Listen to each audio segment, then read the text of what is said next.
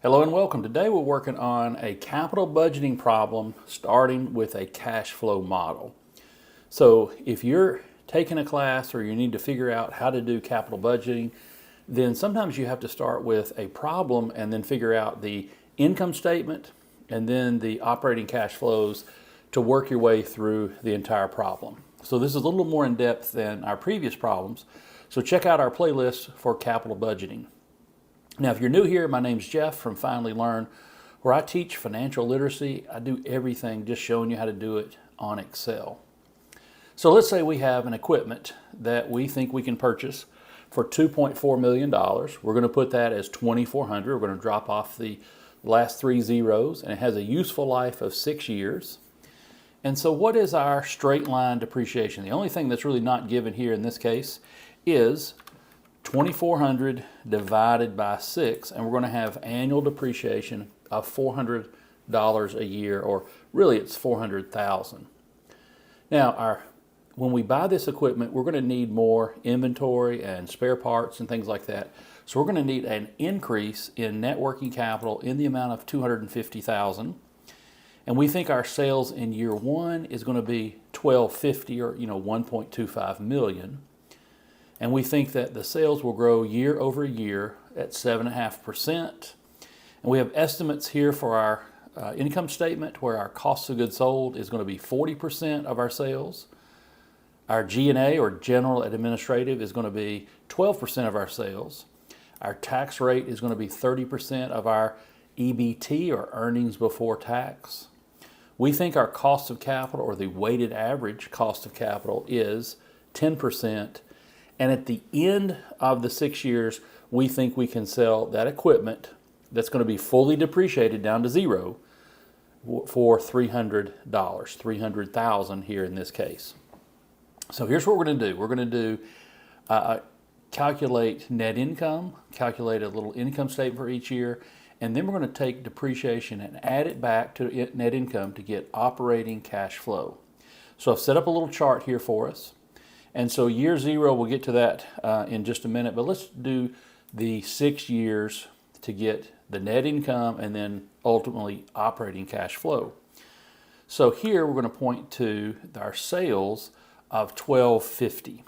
Our sales are $1,250, and they're going to grow at 7.5% each year. So we're going to point to the $1,250 times, and I'm going to start with a parentheses or a bracket, 1 plus 7.5%. Now, to make that absolute, I need to use F4. Puts $B, $7, so it stays there. And that is a 7.5% growth. And we're going to copy it all the way across through year 6. So this is our estimate of what our sales are going to be.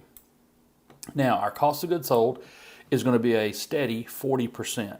So $1,250 times the 40%, make it absolute. And one thing I want to do is make our sales negative, because I want the answer cost of goods sold to be negative. So I just put a negative in front of that little formula. You can see that right here. So it's negative C15. So what we are able to do is just add it up down here, and we can have the numbers already subtract that are negative. Now let's copy this across, 40% times these numbers, and they're all negative. And then G&A expenses are general and administrative. These are our operating expenses. So $1,250 times, I'm going to do 12% and make that absolute with F4. And I'm going to make the beginning of the formula negative. So that's negative 150. We know we're paying out expenses. Our depreciation each year is going to be a negative 400. So now we're down to the EBT as we copy across the, I need to make it absolute. So absolute, so 400 every year is going to be the amount of depreciation. That's straight line depreciation. All right, so I need to make this earnings before tax, EBT. I'm going to do the sum of these numbers here. And so our earnings before tax is 200. and then all the way across. I'm going to sum that up. And you see for year 6, it's just the sum of the sales minus cost of goods sold minus G&A expenses minus depreciation. All right, now our tax rate here is 30%. So we're going to take the 200 times the 30%, make that absolute as well. And we know that's going to be a negative number, so let's make it negative before we copy it across. So here's the taxes we would have to pay. So what is our net income? Our net income is going to be the 200 minus the 60, and I use the plus because it's already a negative 60. And so all the way across, there's our net income. Now we're going to take that and we're going to bring back our depreciation. Now, depreciation is a non-cash expense. It's an expense and it reduces our net income, but it does not reduce our cash flow. So when we calculate operating cash flow, we need to take that 400 and add it back to net income, and we're going to end up with the total here, 140 plus 400. Our cash flow is $540,000 because it's a non-cash expense. Depreciation reduces net income, but it does not reduce operating cash flow, so that's why we add it back. So this is our year 1 through 6 operating cash flow. Now we have a couple more things we need to add to get our net cash flow for years 0 through 6. So how much did our equipment cost? Well, our original equipment in year 0, we're making $2,400 investment. And what about the increase in net working capital? That's going to be a negative $250. So we're paying out the $2,400 and the $250. So what is our total here? Now I'm using a shortcut here to calculate the sum. If you're on Windows, it's Alt equals, and on Mac it is Command Shift T. So that's auto sum. Let me show you again. Now I'm highlighting all this. Command Shift T for me, Alt equals if you're on Windows. Now I'm highlighting this because I want to include that row 23. Okay, I want to include row 23. So now I can just copy it all the way across. Now there's even a shorter way of doing it. I can go ahead and highlight everything and do Command Shift T or Alt equals. And here are the first 6 columns. And we need to add something here to column H, which is year 6. So this is correct all the way through the 681. All right, what happens at the very end? Well, we get to sell. We get to sell our equipment that's fully depreciated for $300,000, but we have to pay tax, and we're going to assume it's a normal tax rate. So we'll take the $300,000 times, start my bracket here, 1 minus the tax rate of 30%. And so that's going to be, we're going to pay $90 of tax. We'll get to keep 210. So this is 210 is an increase in cash. The return of working capital, there's no tax effect. So this is just going to be the 250,000 or 250 here in this case. So here's what we have. We have net cash flow for all the years. Now, some problems just give you the cash flow. We expect to pay this amount and we expect to receive these net cash flows. Well, this one we had to build a model to calculate the net income and calculate the net cash flow. All right, so let's assume this problem we built at 10% weighted average cost of capital. So I'm just going to grab that number just so we have it easy, we can see where it is. And let's calculate net present value. We've got a year 0 negative amount, years 1 through 6 positive amounts. So what do we do for net present value?